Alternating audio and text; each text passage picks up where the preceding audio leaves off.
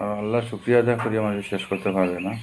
আল্লাহ যে আমাদেরকে যে নিয়ামত ডুবিয়ে রাখছেন সে শেষ করতে পারবে না। আল্লাহ তাআলা বলেন যে সমস্ত পৃথিবীর যত পানি আছে, সাগরের, নদী নালা, যত সাগরের, যত পৃথিবীর মধ্যে যত সব পানি আছে, সমস্ত পানি দিয়ে যদি খালি বানানো হয় আর সমস্ত গাছের ডাল দিয়ে যদি কলম বানানো হয় আর আল্লাহর নিয়ামতের শুকরিয়া যদি লেখা হয়, শুকরিয়া শেষ হবে না।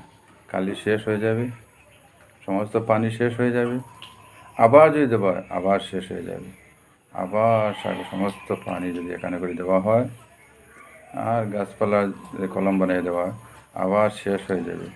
বারবার দিলেও বারবার শেষ হয়ে যাবে, কিন্তু আল্লাহ তাআলার নিয়ামত শেষ হবে না, নিয়ামতের শুকরিয়া শেষ হবে না। এতটুকু ডুবিয়ে রাখছেন আল্লাহ তাআলা।